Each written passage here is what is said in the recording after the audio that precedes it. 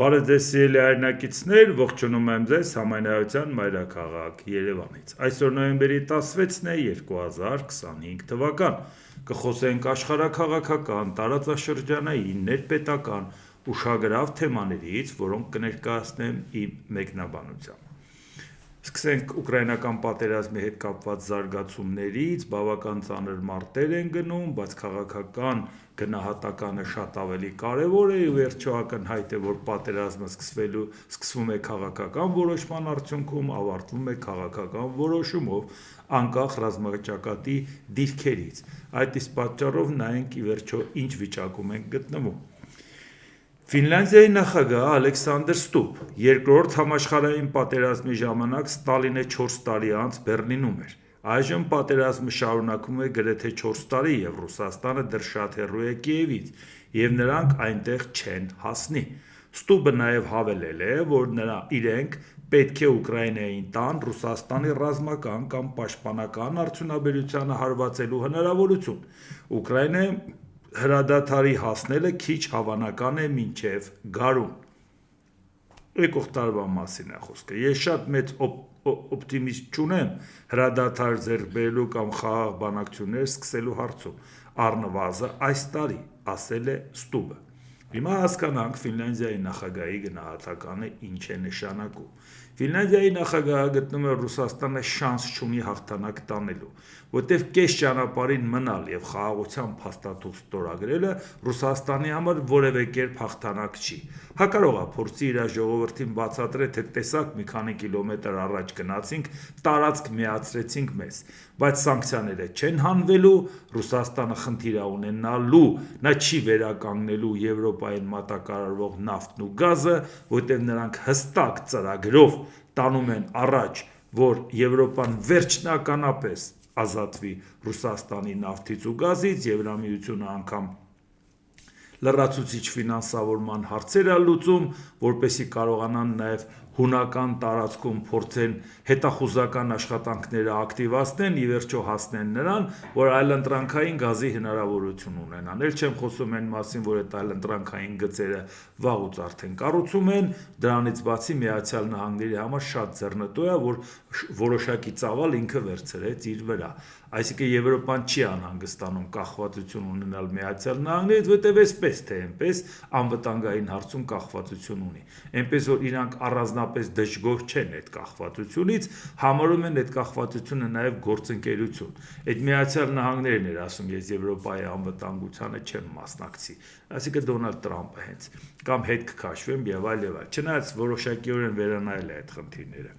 Իսկ Ֆինլանդիան դա հենց այնպես երկիր չի, որն ասում է Ռուսաստանը չի կարողանալու այդ հարցը լուծել։ Ֆինլանդիան այն երկիրն է, որ երբ որ Ռուսաստանը դեռ խորհրդային միություն էր, իր վրա տեսել է այդ ծանրությունը, թե ինչպես խորհրդային միությունը 1939 թվականի նոյեմբերի 30-ին հարձակվեց Ֆինլանդիայի վրա, շատ ծանր մարտեր գնացին, իրանք այն ժամանակ է կարծում են մի քանի օրվա ընթացքում ուղղակի կգնան մայրաքաղաքը կվերցնեն, բայց այդպես էլ մինչև մարտի 12-ը այդ պատերազմը տևեց, դրա հետ կապված շատ ծանր կորուստներ ունեցավ խորհրդային միությունը եւ հասկացավ, որ այն գլուխգովանությունը, որ Ֆինլանդիան ինչ է, մի փոքր երկիր է, հասկացավ, որ դա այդքան էլ այդպես չի, բայց արդյունքում ինքը ինչ ստացավ, երբ որ Ֆինլանդիայից վերցրեց Կարելիան։ Իդեմս Ֆինլանդիայի ինքը այսօր ինչ ունի։ Ֆինլանդիան, որը խորհրդային միության հետ փաստաթղթեր ստորագրեց համապատասխան գործընկերության, նաև Փարիզի համաձայնագիրը ստորագրեց, դրանից հետո 75 տարի հետո, որ ինքը ցանկանում էր չեզոքություն պահպանել։ Ընդհանրապես ՆԱՏՕ-ի մասին խոսք լինել չէր կարող։ Հա, շատ բարեկամ պետություն է, Եվրամիության անդամ, բայց ինքը ընդհանրապես իմաստ չէր տեսնում իր հարևանի հետ ագրեսիվ քաղաքականություն կամ նույնիսկ հարևանի մոտ մտավախություն առաջացնի, որ ՆԱՏՕ-ն մոտեցնում է իրենց սահմանին։ Բայց ինչ շահեց դրանից Ռուսաստանը։ Ռուսաստանը դրանից այն շահեց, որ Ֆինլանդիան 2022 թվականին դիմեց ՆԱՏՕ-ին անդամակցության հարցով, անմիջապես Ռուսաստանի հարձակումից հետո Ուկրաինայի վրա։ եւ նախագահը եւ պարլամենտը որոշեցին եւ արդեն հունիս ամսի վիճակով իրանք գտան, որ իրանք հայտ պետք է ներկայացնեն դառնան ՆԱՏՕ-ի անդամ։ Ինչ է այդ դրանից Ռուսաստանը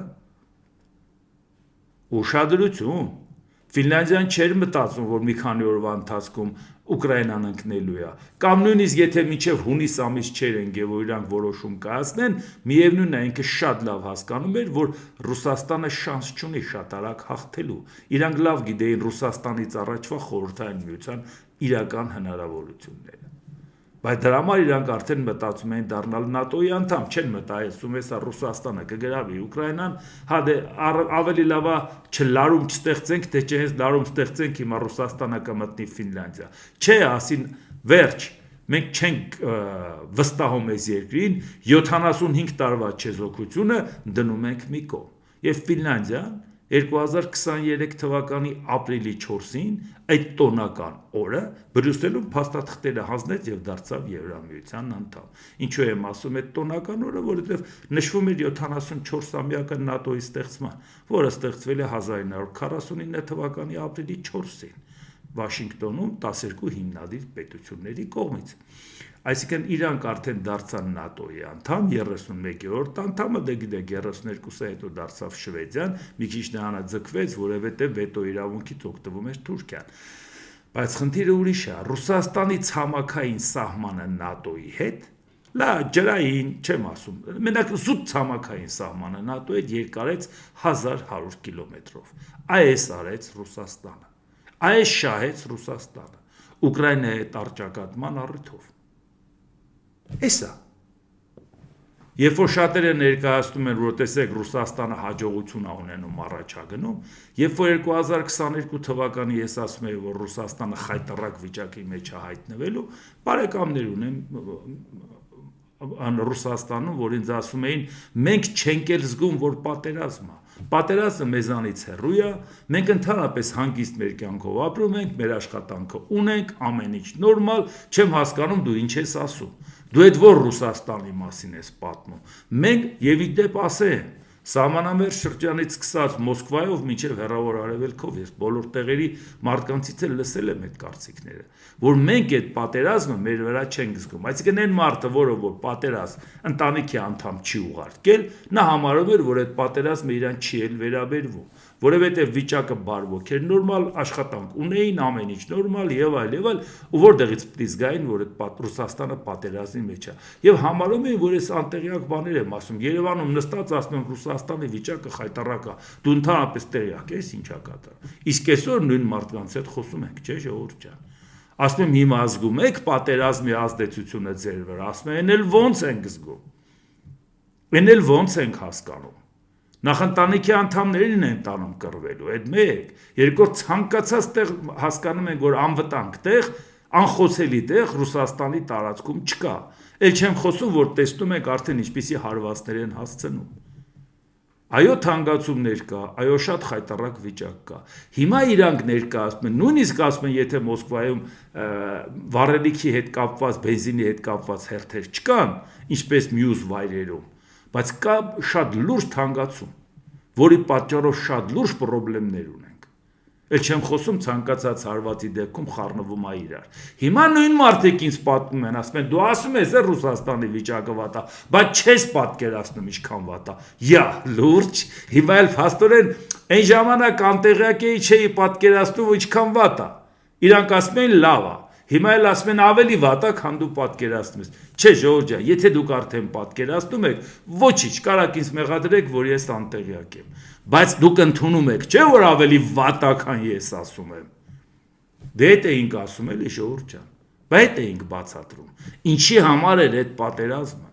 եւ ես չեմ հասկանում, թե ինչի համար է Հայաստանի դաշտում քաղաքական պատերազմը, առավոտից իրիկու, որ կարդում եմ, թե ոնց են ներկայացնում, որ Ռուսաստանի հետ մեզ համար լավ էր, Ռուսաստանի հետ պետք է ավելի լավ լինի, ես ապշում եմ, ասում եմ, այս մարդիկ ընդհանրապես, այս մոլորակի իրավիճակից պատկերացում, ախր թվում է, թե մարդիկ են, քաղաքական գործիչներ են, ու իզարմանս ինձ գրագետել են, ժողովուրդ դուք չեք հասկանում ինչա կատարվում, Նորից քարոզում եք, որ Հայաստանի համար Ռուսաստանը լավ գործընկեր է։ Չթվարկեն, թե ինչքան հարցեր են Ռուսաստանը Հայաստանի հետ կապված սխալ է իրան պահել, եւ դավաճանել է Ռուսաստանը, ոչ թե Հայաստանը իրան։ Հսկայական քանակություն, բայց ի վերջո դուք չեք տեսնում ում հետ կապված է գովերքում, որ Հայաստանը պետք է հարաբերությունը սերտացնի, կամ էլ ավելի շատ ինչ սերտացնի։ Նիկոլ Փաշինյանի չափ սերտացնելուց ավել դուք ինչ եք սպասում։ Նիկոլ Փաշինյանի չափ սերտացրածը Ղազագիրն է։ Դուք Ղազագրից ավել ինչ եք ուզում, որ Հայաստանը անի Ռուսաստանի համար, եթե դուք գաք իշխանության։ Ապշելու բան է, ախր որ ես նայում եմ, լավ, նենց չի էլի, որ այդ մարդիկ կյանք տեսած, պաշտոններ են գրավել, աշխարհ են մանեկե, լուրջ մարդկանց հետ նստել վեր են կացել, պալատները պետությունն են ներկայացրել, այնպես չի, որ ասենք դե լավ, դες սրանց հետ ինչ խոսած կամ ինչ բացատրես։ Որ դուք իսկապես չեք պատկերացնում աշխարհը ինչա կատարվում, ու նորից Հայաստանի հասարակությանը դրդում եք, որ չէ նրանց հետ ավելի լավ է։ Իրոք։ Այսինքն դուք մի հատ այդ նույն բանը, որ ես տարբեր քաղաքներից, տարբեր բնակավայրերից Ռուսաստանի իմանում եմ, դուք չեք իմանում։ Ես Ռուսաստան չեմ հիշում վերջի անգամ քանի տարի առաջ եմ եղել։ Բա դուք ամեն օր շփում ունեք հետները։ Չեք իմանում այդ ամեն ինչը։ Եվ այս ձևի ներքաշում են Հայաստանին այս ամեն ինչի մեջ։ Իսկ հիմա նայենք Ռուսաստանի մեկ ուրիշ հարևանի վերաբերմունքը։ Էստոնիայի պաշտպանության նախարար Հանո Պեկուր։ Էստոնիայի կառավարությունը 35 միլիոն եվրո է հատկացնում Ուկրաինային տեղեկատվական տեխնոլոգիաների կոալիցիայի շրջանակներում Starlink կապի համակարգերի ձեռքբերման համար։ Հիմա թվում է թե 3.5 միլիոն է ինչ մի մեծ թիվ է, բայց նա մի հատ փոքր երկիր է Ռուսաստանի հարևան։ Փոքր երկիր Ռուսաստանի հարևան փող է տալիս Ուկրաինային, որպեսզի Starlink կապի համակարգերի հետ կապված ավելի արդյունավետ աշխատի Ուկրաինայի տնտեսությունը։ Եվ ուշադրություն, Լեհաստանը այդ փողերը տալիս էր։ Լավ գիտեք, որ Լեհաստանը տալիս էր, մաստել ուզում էր ասեր, բա սենց ենք անում, մենք Ուկրաինային օգնում ենք, Լեհաստանն էլ ասում էր փողը տալիս ենք, դու էլ տալիս ես, մենք ապրանք առնող ենք, քեզ մի երևակայի։ Բայց հիմա ինչի է հարց առաջանում, որ խաղի մեջ է մտնում նաև Էստոնիան։ Այն Էստոնիա, որ Ռուսաստանի հարևանը, այն Էստոնիա, որ չի վախենում, որ դրա հետ կապված Ռուսաստանը կարող է հակաքայլ անի։ Իսկ Հայաստանում նստած ասում են աման, նենց բան չասենք, հանկարծ Ռուսաստանը մեզանից չնեղանա։ Որ նեղանա ինչ է անելու։ Հիմա շարունակությունը նայենք։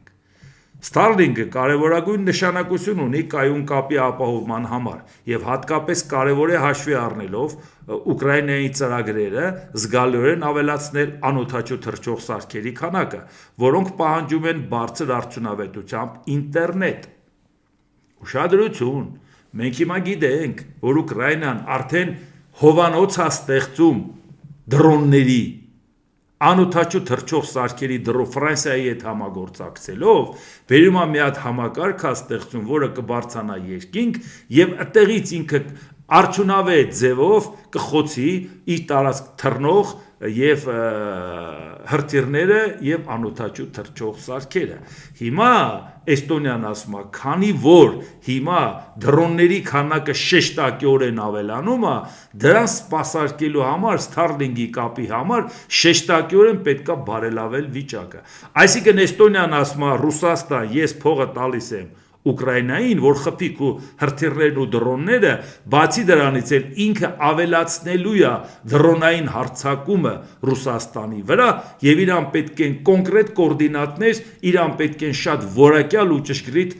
ինֆորմացիա, որի համար նա Starlink ծառայությունը շատ օգտակար է։ Էստոնիան չի վախենում, ժողովուրդ ջան, որ Ռուսաստանին ասի, ես օգնում եմ Ուկրաինային, որ հարվածի քեզ եւ պաշտպանվի քեզանից, լինելով Ռուսաստանի հարևան, լինելով փոքր երկիր։ Եզրակացությունը թողնենք ձեզ։ Լեհաստանի արտգործնախարար Ռադոսլավ Սիկորսկի Ուկրաինան կմիանա Եվրամիությանը հաջորդ տասնամյակի սկզբին։ Ճիշտ է, որ Հունգարիան խոչընդոտում է այս հարցում առաջընթացը, բայց Ուկրաինան արդեն ունի տեխնացուի կարգավիճակ։ Սիկորսկին պնդել է, որ Ռուսաստանի ղեկավար Վլադիմիր Պուտինը չի կարողանա դիմակայել Ուկրաինայի հետ եւս 3 տարվա պատերազմին, որին աջակցում է Արևմուտքը։ Դրան կնպաստեն մասնավորապես սառեցված ռուսական ակտիվներից ստացված միջոցները։ Ուկրաինան ներկայումս իր օդաչու թռչող սարքերի եւ հրթիռների մոտ կեսը արտադրում է հայրենիքում։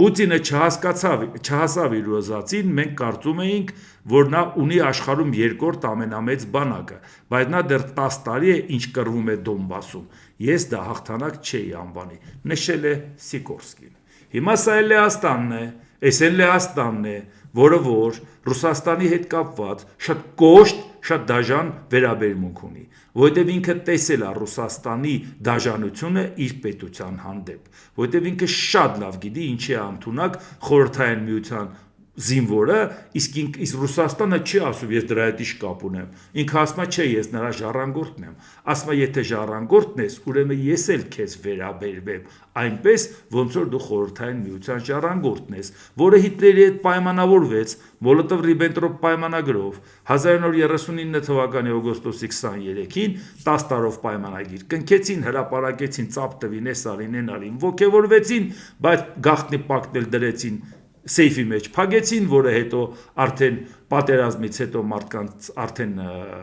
տեղեկացվեցին, իմացան ինչա կատարվում, որ դրել էին աշխարհը մեջ էին անում։ Այս կողմից մտնում էր վերցնում էր Խորհրդային Միությունը, այն կողմից մտնում էր վերցնում էր Գերմանիան, եւ Լեհաստանը դարձավ երկուսի հարևը։ Բայց այդ դեպքը Խորհրդային Միության վրա որ հարձակվում էին, այդ ոնց բերեցին 195 դիվիզիա հավաքեցին Խորհրդային Միության վրա ու հարձակվեցին, որովհետեւ Խորհրդային Միությունն է իր սահմաններն առաջ բերել։ Արևմտյան Ուկրաինան վերցրեց, Մոլդովան վերցրեց, այսինքն Բեսարաբիան, հետո անունը դրին Մոլդովա,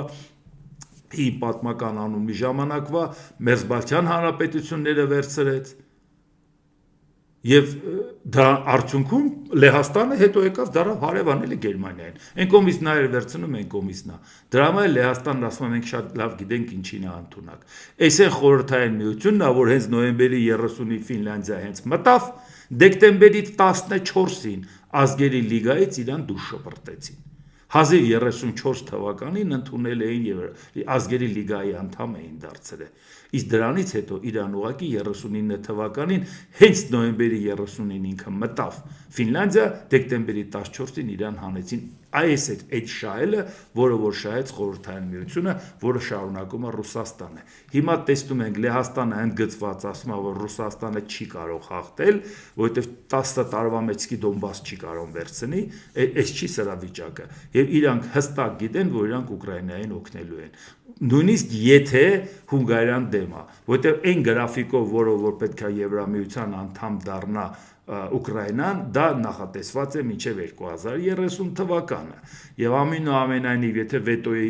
հետ կապված պարբերաբար խոսում է Հունգարիայի ղեկավարը Վիկտոր Օրբանը, մտածում են, որ եթե անգամ ինքը ձախողի, ի վերջո նա հավերժ չի, որոշ ժամանակ հետո Հունգարիայի իշխանություն փոխվելուց հետո Ուկրաինայի հարցը ավտոմատ ձևով կլուծվի, որովհետեւ իր կարգավիճակի հարցը արդեն լուծված է։ Իսկ ինչ է Իրանից ներկայացնում Հունգարիայի վարչապետ Վիկտոր Օրբանը, որը մշտապես սպասարկում է Ռուսաստանի շահերը։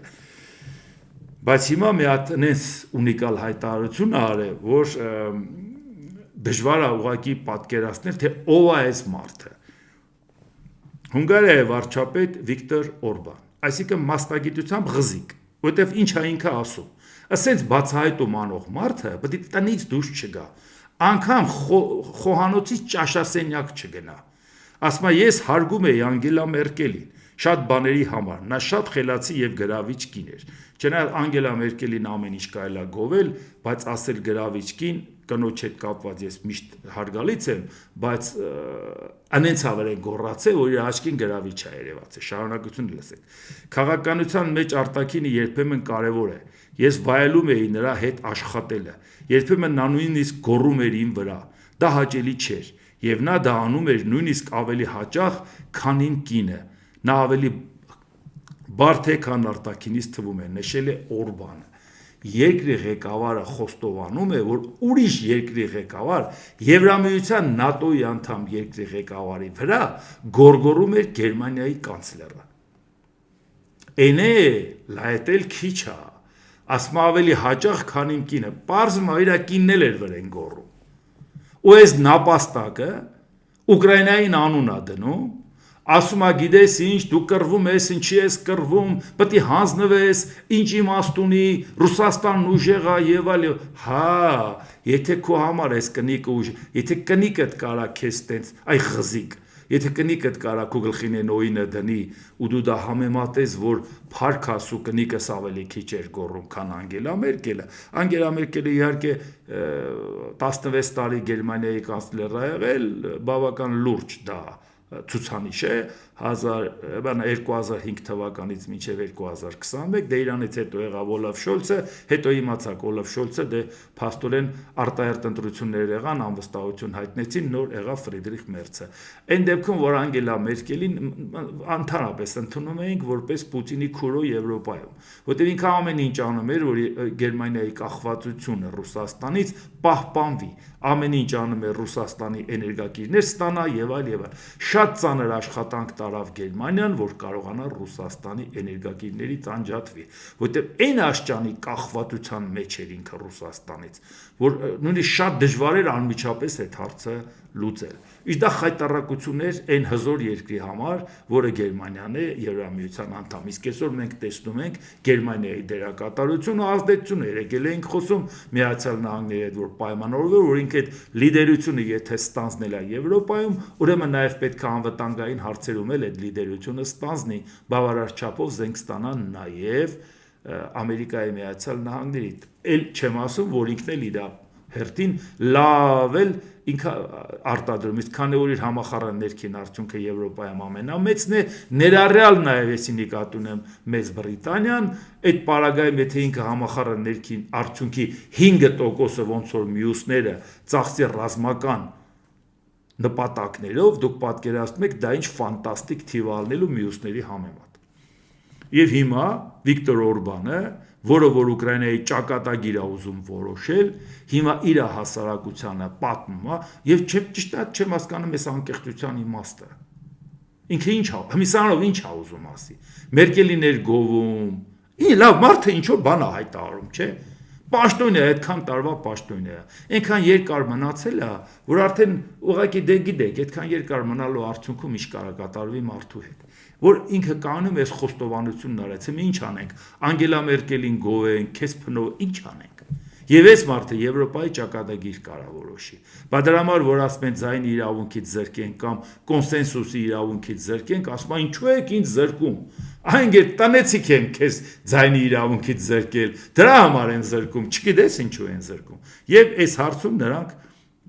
ճակատագիր են որոշում։ Այսինքն իմանանք թե ով է ճակատագիր որոշում։ Մաքսատուրքերի հետ կապված էլ մի բան ասեմ, Շվեյցարիան եւ Ամերիկայի Միացյալ Նահանգները համաձայնության են եկել նախագահ Դոնալդ Թրամփի կողմից շվեյցարական ներմուծման վրա սահմանված 39% մաքսատուրքերը կրճատել մինչև 15%, որպես համաձայնագրի մի մաս, որը ներառում է Շվեյցարիայի կողմից ԱՄՆ-ում $200 միլիարդ ներդնելու խոստում։ Դա մեծ թեթևացում է մեր տնտեսության համար, ասել է Շվեյցարիայի էկոնոմիկայի նախարար Գի Պարմելենը։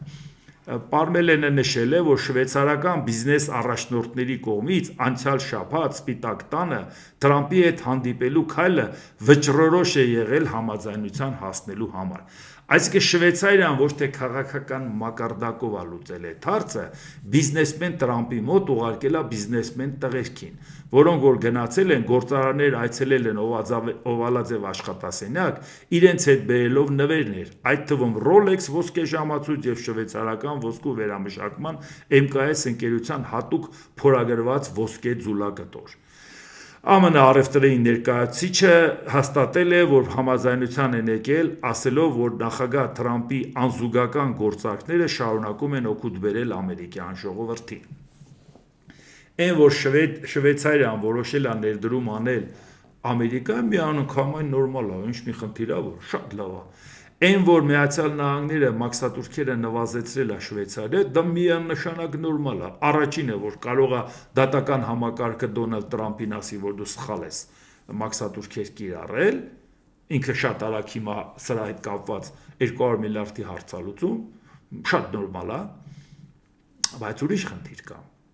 Բայց եթե հանկարծ Ամերիկայի բիզնեսմենը, որը չի մտել Դոնալդ Տրամփի մոտ ոսկե ձուլակտորով եւ նայելա, որ Շվեյցարիայի այդ 39% մաքսատուրք է սահմանել, կանչում է իր աշխատողներին, ասում է ժողովուրդ ջան, 39% մաքսատուրք որ սահմանել է, շվեյցարական ապրանքները մրցունակ չեն լինի մեր շուկայում, Դոնալդ Տրամփն է որոշել է, որ պրոտեկցիոնիզմի քաղաքականություն բարի տեղական արտադրողին աջակցի, հիմա տեսնում եք Շվեյցարիան, որ շատ որակով ապրանք է արտադրում, դեմը փակել է, բերեք հիմա մենք այդ ապրանքը արտադրենք, սկսեք միլիարդավոր դոլարներ դնենք եւ ապրանք արտադրենք, որպեսզի շուկան լցնենք մեր ապրանքով, քանի որ շվեյցարականը այլևս չի վաճառվի այդ բարձր գնով։ Եվ մեկ էլ տարածվում է, այն էլ մամուլն է տարածում, որ ոսկե ձուլակտորով մտել են Տրամփի մոտ, Տրամփի քաղաքական ճաշակը չափել են այդ ոսկե ձուլակտորով, որի արդյունքում ինքը բիզնեսմենների հետ համաձայնության է եկել եւ իր տեղական բիզնեսմենները, որոնք որ արդեն կառուցել էին իրանց տնտեսությունը տեղական արտադրանքի վրա, որովհետեւ շուկան բացվում է իրանց առաջ, դե կանգնեցին նորից փաստի առաջ։ Ինչու ամերիկացի բիզնեսմենը չի հավատում, որ Դոնալդ Տրամփը իրանց համար է այդ ամեն ինչը անում, որովհետև ինքը այսօր հայտարարում է մի բան, վաղը իր հայտարարությունը փոխում։ Մյուս օրը ուրիշ բան։ Չի կարող բիզնեսմենը Դոնալդ Տրամփի հայտարարության վրա կառուցի իր տնտեսությունը, որովհետև բիզնեսը շատ ծավալուն աշխատանք է, շատ լուրջ ներդրումներ է պահանջում, եւ այդ պարագայում նրանք չէին անի հավատալով Դոնալդ Տրամփի խոսքին։ Այսինքն դու տուր տվեցիր շվեյցարացի բիզնեսմենների առաջարկությանը, նրանց նվերները քեզ շատ դուր եկան, շոյվեց քո ինքնասիրությունը, բայց ամերիկացի բիզնեսմենը ինչ մտածեց, կամ Ամերիկայի տնտեսությունը, որ ասել է իրենց մաքսատուրքերով լուրջ հարց են լուծում, բայց այդ լուրջ հարցը հիմա ով է լուծելու, եթե այդ մաքսատուրքերը հերթով դուրս են գալի։ Իհարկե մեկը ինձ գրել էր, որ ինչի չեք սիրում Դոնալդ Տրամփին, ես պատասխանեցի, չեմ ուզում կոնկրետ ասեմ, որտեղ իմաստը չկա կոնկրետ, եթե ուրիշ մարդկանց մոտ էլ այդ կարծիքը կա, ես ուղղակի ասեցի, որ ես անձամբ չեմ ճանաչում Ամերիկայի Միացյալ Նահանգների որևէ նախագահի, այդ թվում Դոնալդ Տրամփին։ Ես սիրել չսիրել ոչ քաղաքական, ոչ էլ քաղաքագիտական կատեգորիա է։ Առավելևս ես ընդհանրապես բացասական կարծիք չունեմ նաև հանրապետական կուսակցության հետ կապված, որտեղ չեմ համարում, որ Դոնալդ Տրամփը ինստիտուցիոնալ հանրապետական կուսակցության անդամ է կամ հանրապետական կուսակցության չինովնիկ է, այսպես ասած, եթե կարելի է այդպես ասել, կուսակցական առաջնորդի հետ կապված։ Այսինքն ինքը դասական կուսակցական չի, որ եթե Դոնալդ Տրամփի քաղաքականությունը համարենք ճիշտ չի, դրանով համարենք հանրապետական կուսակցությունը, այս հարցը այսպես է։ Առավելևս, որ շատ քիչ առիթ ալնում, որ ես հանրապետական նախագահի չհիշացնեմ հենց Ռոնալդ Ռեյգանին, որ ասեմ, եթե ուզում ես, այս հետևի թե ինչ արե հանրապետական այդ լեգենդար նախագահը, որ ինչպես կարողացավ հասնել նրան, որ խորհրդային միությունը ուղղակի փլուզվեց, եթե ոչ իր պաշտոնավարման ժամանակ, ապա իր փոխնախագահի, որը հաջորդ փուլում դարձավ նախագահ շնորհիվ Ռեյգանի, այլապես 2 ժամկետ հանրապետականները ընտրվելուց հետո 3-րդ ժամկետ հասարակությունը հանրապետականներին չէր ընտրի։ Ջորջ Բուշ ավագին ընտրեց հենց նրա համար, որ նա շարունակելու էր Ռոնալդ Ռեյգանի քաղաքականությունը։ Այնպես որ խնդրում եմ ին վրա այդ կարգի շարժ չանել։ Ես ուղղակի ներկայացնում եմ այն, ինչ որ ժամանակի ընթացքում տեսնում եք ինչա կատարվում։ Իսկ Հայաստանում հիմա տեսնենք ազգային ժողովի նախագահ Ալեն Սիմոնյանը ինչ որ բացահայտումներ արել, նախ բացահայտումների մի մասը առհասարակ ադրբեջանահաճո ընդգծված, իսկ մի մասը ընդգծված հակասող Նիկոլ Փաշինյանի հայտարարության հետ։ Ինչի համար է դա արվում եւ ում համար է արվում։ Այս խառը ժամանակները։ Ազգային ժողովի նախագահ Ալեն Սիմոնյանը 44-օրյա պատերազմի մասին։ Մտահոգություն միշտ եղել է, բայց հստակ ինֆորմացիա չի եղել, մենք չենք իմացել, որ պատերազմ պետք է սկսվի։ Պատերազմը սկսվելուց մի քանի օր առաջ ես եղել եմ Ղարաբաղում, հանդիպել եմ թե զինվորականների, թե նախագահ Արայիկ Հարությունյանի հետ։ Նա ասում էր վտանգ միշտ էլ կա, տեսնում ենք զորքերի տեղաշարժ, բայց ոչ մի ինֆորմացիա չկար պատերազմ սկսելու մասին։ Եղել է իրավիճակ, որ մեր կողմն ասել է, տեսնում ենք տեղաշարժ, բայց մեր որոշ գործընկերներ ասել են, չկա նման բան։ Մենք չենք իմացել, ինձ արթնացրել են, ասել են պատերազմը սկսվել է։ Ես չեմ հավատացել, նշել է ազգային ժողովի նախագահը։ Նույնիսկ իմացել են զորքի տեղաշարժ, բայց 2020 թվականից առաջ իրանք չեն հավատացել, որ Ադրբեջանը հարձակվելու է։ Բայց դրանից առաջ Նիկոլ Փաշինյանն արդեն ասել է, Այնպես չի, որ մենք Նիկոլ Փաշինյանի վրա շառ ենք անում, հարգարժան նիկոլապաշտներ, մենք շառ չենք անում, Նիկոլ Փաշինյանը ձեր պաշտելի, ինքն է պաշտոնապես հայտարարել, որ 2019 թվականին Արցախը Հայաստան է եւ վերջ, եւ ասել է, որ 2.5 միլիարդ մենք պետք է նախկիններից վերցնենք, դնենք պաշտպանության նախարարությանը տանք, որովհետեւ մենք մեր դոկտրինը փոխելու ենք, նոր պատերազմ, նոր տարածքներ։ Այս ասող Նիկոլ Փաշինյանը, նույն Փաշինյանը ասում է, որ ես նայեցի 2018-19 թվականներին, տեսա, որ որևէ շանս չկա Արցախը պահելու, որովհետև միջազգային հանրության տեսակետները հակասում է մեր տեսակետների հետ, բայց ով կթողեր ես դա հանձնեմ, դրա համար պետք էր պատերազմ։ Այս նույնը կլներ, կհանձնեինք առանց պատերազմի, բայց պատերազմ պետք է ըլներ, այդ պատերազմը մերոնք զոհվել են հանուն Հայաստանի անկախության, որովհետև եթե մենք Արցախը չհանձնեինք պատերազմով, ապա Հայաստանը կկորցնեինք։ Հիմա հարց։ Բա Նիկոլ Փաշինյանը գտնում էր, որ պատերազմն անխուսափելի է։ Նիկոլ Փաշինյանը գտնում էր, որ պատերազմի միջոցով պետք է հանձնի, որտեղ խաղ ժամանակ եթե հանձներ, իրան կասեին դավաճան։ Հիմա Ալեն Սիմոնյանն ասում է, որ մենք չէինք կարծում, որ պատերազմը ալնելու։ Տեղյակ չէինք։ Բա պատերազմը դուք որ տեղյակ չէիք Նիկոլ Փաշինյանը այդ պատերազմի հետ կապված որ համարում էր, որ դա պետք է անհրաժեշտ լինի, բա ինչ նկատի ուներ ինքը։ Դա արդեն հայտարարված է, չէ՞։ Հիմա էլ հետադարձ հայացքցելով ասում մեր զինվորները զոհվել են, ոչ թե զոհվել են, պարտվել են, այլ զոհվել են, որ Հայաստան պետականությունը չկորցնենք։ Այդ պատերազմի նպատակը դա է, ժողովուրդ ջան։ Այսինքն Հայաստանը համարել է պատերազմ անհրաժեշտություն։ Ալեն Սիմոնյանն ասում է գնացել են կուտակումը տեսել ենք, եկել ենք, չենք հավատացել, որ պատերազմը ալնելու։ Բա որ պատերազմ չէ լինի, Փաշինյանը ոնց էր հանձնելու։ Եվ ասում է դա իմ սխալն է, որ ես 18-19 թվականին տեսա, որ Արցախը Ադրբեջանինն է ու դա պետք է հանձնվի, բայց ես ժողովրդին չասեցի այդ ժամանակ։ Դա սխալ չի, դա հանցագործություն է, որտեղ դու դրանից հետո ասում ես, եթե պատերազմ չլիներ, մենք այդ թոգը մեր վզից չէինք անի։ Այսինքն դու ընդունում ես, որ այդ մինչև իր հայտարարությունը երբևիցե մտքով կանցներ ասել պատերազմը դրթելա կամ հրահարելա Փաշինյանը, բայց Փաշինյանը կամում է ինքն է ասում, ժողովուրդ ջան, դե հիմա իր ասածը, եթե դուք իսկապես Նիկոլ Փաշինյանին ընդունում եք, ուրեմն հակասում եք իր հայտարարությանը, բա շարունակությունը նայենք։ Ալեն Սիմոնյան, Հայաստանի զինված ուժերը մոտ 110 կիլոմետր չափով տեղակայված են Ադրբեջանի տարածքում։ Լուրջ քաստ Փոդքասթի ժամանակ ասել է ազգային ժողովի նախագահ Ալեն Սիմոնյանը։ Ես ասում եմ 110 կիլոմետրի չափով մենք ենք իրենց տարածքում, մոտարապես ոչ ոք չի կարող միլիմետրերով ասել։ Ես պաշտոնապես ասում եմ, որ դեռևս 90-ականներից սկսած մենք առաջ ենք։ Հիմա մենք դա ենք այս կողմ այն կողմ տանում եւ մոտավորապես 200 քառակուսի կիլոմետրի չափով էլ իրենք են մեր տարածքում, ասել է ազգային ժողովի նախագահը։ Բայց սա ասում է այն ժամանակ, երբ որ Ադրբեջանը ասում է բերեք լուծենք անկլավների հարցը եւ չի ուզում որ անկլավների հարցը լուծվի հանգարակվեով, որտեղ իրան բացարձակ հետաքրքիր չի փոխել իր անկլավները Արցվաշենի հետ, որովհետեւ իրան հետաքրքիր է որ անկլավները ինքը վերցնի։ Իրան հետաքրքիր ասում անկլավները իմն է, տուր ինձ։ Վերջ, չեմ փոխում, որովհետև այն ռազմավարական դիրքը, որ ունեն այդ 3 եւ 1 անկլավը, ինքը հաստատ չի համաձայնվում, դա չի համարում, որ դա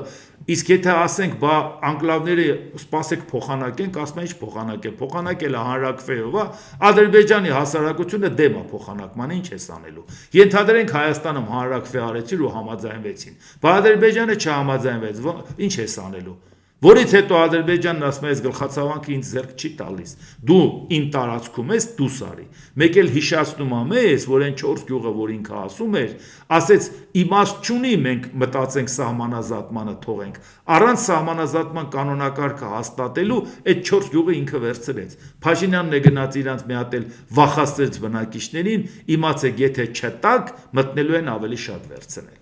Լավ եք հիշում այդ ամեն ինչը։ Հիմա ինչի է այս խառը ժամանակ, երբ որ ընդամենը մի քանի օր առաջ նորից Ադրբեջանը թարմացրել է անկլավների հարցը, ինչի է ազգային ժողովի նախագահը նշում, թե մենք քանի կիլոմետր ենք վերահսկում Ադրբեջանի տարածքը։ Ընել ինքը կոնկրետ թիվ չգիտի, բայց պաշտոնապես հայտարարում է։ Կարող է ինքը տանի այդ 110 կիլոմետրը մեծ ցույց տա ինչ նկատի ունի, որը նկատի ունի։ Սա խոսում է անկլավների մասին, սա խոսում է ուրիշ տարածքների մասին, թե սա խոսում է բացի անկլավը ուրիշ տարածքների մասին։ Սա ինչի համար է արվում, որպեսի արդարացվի, որ Ադրբեջանը մտել է Հայաստանի տարածք 200 կիլոմետր, դե դուք դուրս չեք գալիս իր տարածքից, ինքն էլ դուրս չի գալի մեր տարածքից։ Պետք է մենք իրան տանք, որը 90 թվականին ենք վերցրել, որից հետո նոր իսկ հարց է ծագում։ Անկլավների հարցը 90 թվականին չի Հայաստանն առաջ եկել վերցրել։ Անկլավների հարցը Ադրբեջանը դնում է, ասում է քարտեզներով, դա շատ ավելի շուտ է եղել ձեր ազդեցության տակ, մինչև որ պատերազմ սկսելուց հետո դրանք մնացել է քու տարածքում։ Այսինքն խոսքը հիմա վերաբերվում է, որ այս ասում է ազգային ժողովի նախագահ անկլավների մասին է, թե լրացուցիչ էլի 110 կիլոմետր կա, որը պետքա լինի։ Եվ դա ասում է, որպեսի ցույց տա, որ Հայաստանը օկուպացրել է այդ տարածքները, քանի մենք այդ տարածքները Ադրբեջանին չենք տվել, որ ինչով պետք է հավաքնենք 200 քառակուսի կիլոմետր ազատ է։ Որտեվ Ադրբեջանն ասեց, որ իմը տվեք ինձ, նոր խոսենք։ Եվ այս վերջերս էլ ազգային ժողովի իշխող ուժի падգամավորն ասեց, դե մենք պարտվել ենք, բա մենք պետք է զիջենք, բա ինչ պետք է անենք։ Մենք պարտվել ենք, առաջ մենք պետք է տանք նոր իրանցից պահանջենք, որ դու քոնը տալիս ես, էլ նրանից ո՞նց ես պահանջելու։ Այսինքն սա ում համար էր ասվում։ Հիմա շարունակությունը նայեք, որ ավելի վատ վիճակ է։ Ռոբերտ Քոչարյանն օրեր առաջ TV5-ի հետ հարցազրույցում ասել էր, թե 2018 թվականի հոկտեմբերի 18-ին 19-ին Հայաստանի վարչապետ Նիկոլ Փաշինյանը մերժել է պատերազմը կանգնեցնելու ռուսական առաջարկը։ Սիմոնյանը հակադարձել է, չի եղել նման բան, ամսի 19-ին եղել է առաջարկ հանձնելու 5 շրջանները, որին ի պատասխան մենք համաձայնել ենք, որ պատերազմը կանգնի։ Դրանից հետո ավելացրել են առաջարկ, որ Շուշին էլ պետք է հանձնվի։ Դա փաստացի նշանակում էր վերջ։ Ստեփանակերտը դիտարկվում էր Շուշիից եւ այլն։ Այո, այն դիրքը, որը Շուշին ունի Ստեփանակերտի նկատմամբ, հասկանալի է։ Որքան հիշում եմ, վարչապետը բացատրել է, որ դա բարձունք է։ Ներկա եմ եղել աղոթեմիշում, ասել է Ալեն Սիմոնյանը։ Այսինքն ինքը ինչ է ասում։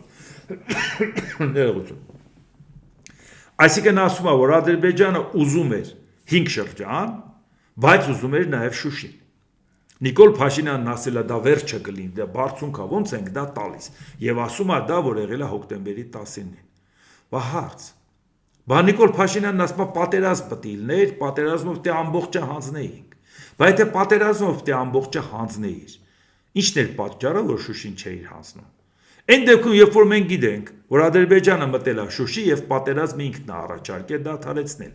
այսինքն հայկական Արցախի հետ կապված նա պահանջ չի ունեցել։ Անկամ երբ որ իրան հարցրել է Դոնալդ Տրամպը, բա ինչի առաջ չգնացիր, երբ որ բոլորը հրաշալի գիտեն, ովքեր եղել են Լեռնային Ղարաբաղում, հրաշալի գիտեն Շուշիի դիրքը Ստեփանակերտի նկատմամբ, բացի այդ մենակ այդ դիրքը չի, որ կարող էին ընդեղից հրթիռակոծել։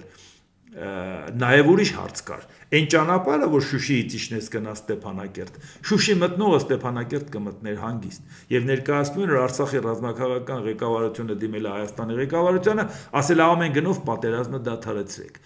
Բայց լավ, դադարեցրել են, Ադրբեջանը համարել է, որ Շուշին պատմականորեն իրանցն է, Ադրբեջանը համարել է, որ ինքը վերցրել է Հադրութով ու գնացել է Շուշիով վերցրել է, իրան դա լրիվ բավարար է, որովհետև Արցախում ապրել է 20% ադրբեջանցի,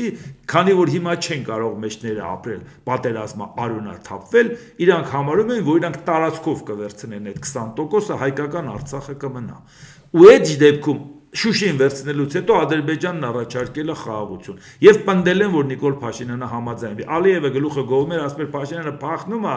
իրան Պուտինն ասեց, չես կարա փախնես, պիտի ստորագրես։ Ու Ալիևն էլ ասեց, այո, նույն Տրամպին, ես վերցրել եմ այն, ինչ որ ինձանից վերցրել են, ինձ ավել ուրիշինը պետք չէր։ Համարելով, որ մնացածը ուրիշինն է, այսինքն նաեւ հայկական Արցախն է ուրիշինը։ Այս պարագայում այս ամեն ինչը մենք լսել ենք, բայց հիմա հարց։ Նիկոլ Փաշինյանը գտնում էր, որ դե ամբողջը հանձնենք պատերազմով։ Ալեն Սիմոնյանը ասում է, Նիկոլ Փաշինյանը չի համաձայնվել հոկտեմբերի 19-ին դադարեցնել, որտեղ ասա եթե Շուշին համաձայնվենք, արդեն դա կլինի վերջը Ստեփանակերտի համար խնդրեմ, բայց եթե քո նպատակը պատերազմով հանձնելն էր, ինչու՞ չէիր համաձայնվում ու պատերազմը դադարեցնում։ Ու չասես, որ եթե Շուշին հանձնեինք պատերազմը չէր դադարի, որտեղ եթե Շուշին հանձնել ես նոյեմբերի 9-ին, պատերազմը դադարել է Շուշին հանձնելուց հետո։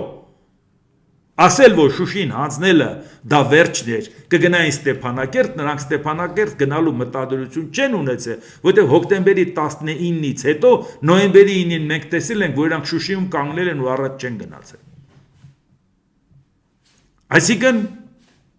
հոկտեմբերի 19-ին դու կարող էիր կանգնացնել մի պատերազմ, եւ դա բացահայտում Ալեն Սիմոնյանը։ Լավ, ասենք արդարացնում է Ալիևին։ Հասկանում եմ, որ Ալիևի հետ կապված առանձնահատուկ սեր կա, անթակույց սեր կա։ Այն ինչ ձևով Ալեն Սիմոնյանն է խոսում, որ այո, պետք է ադրբեջանցիները գան Հայաստան, բա ինչ պետք է անեն, մենք ուրիշ տեղ չենք գնում։ Այո, հենց ճանապարհը բացվեց 5 րոպե հետո պետք է առևտուր անենք եւ այլ, այդ բոլորը դուք լսել եք։ Ես չեմ պատկերացնում, որ Ադրբեջանը մի հոգի կա, որ տենց կրակոտ պաշտպանի Ադրբեջանի շահերը, ոնց որ Հայաստանի ազգային ժողովի նախագահը։ Դե բոլորս գիտենք, դա նորություն չի։ Բայց չէ որ ինքը նաև նույն հաջողությամբ ենթարկում է թե Ալիևին, թե Նիկոլ Փաշինյանին։ Բա Նիկոլ Փաշինյանն ինչ է սխալ հանում։ Չի վախենում, թե Նիկոլ Փաշինյանն Ալեն Սիմոնյանի բերանով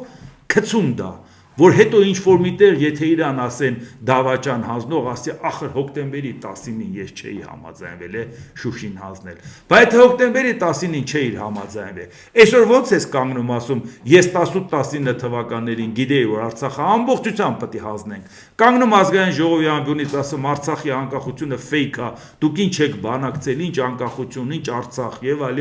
հարցը փակված է։ Բա որ հարցը փակված էր, փակեիր Շուշին հանձնելով։ Ինչու չէիր փակում։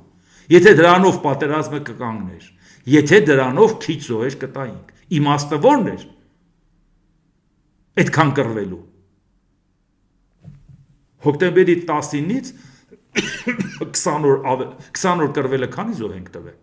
Դե իր այդ կողմնորոշվեք, հա։ Դուք եթե սուտը ասում եք, իրար հետ համաձայնացրեք, ժողովուրդ ջան, որպեսզի մարդիկ իմանան հիմա այդ ստի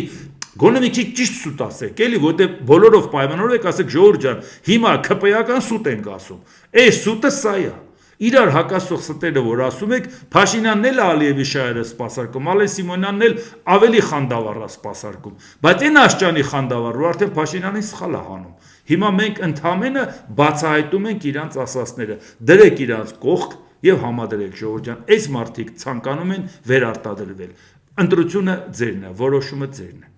Դե ինչ, այսօր այսքանը, եթե հավանեցիք սեղմեք լայք կոճակը, բաժանորդագրվեք Էդվարդ Անտենյա YouTube-յան ալիքին, սեղմեք զանգակ կոճակը, գրեք մեկնաբանություններ, գրեք հարցեր, դիտեք եւ դատեք ինքներդ։ Շնորհակալություն։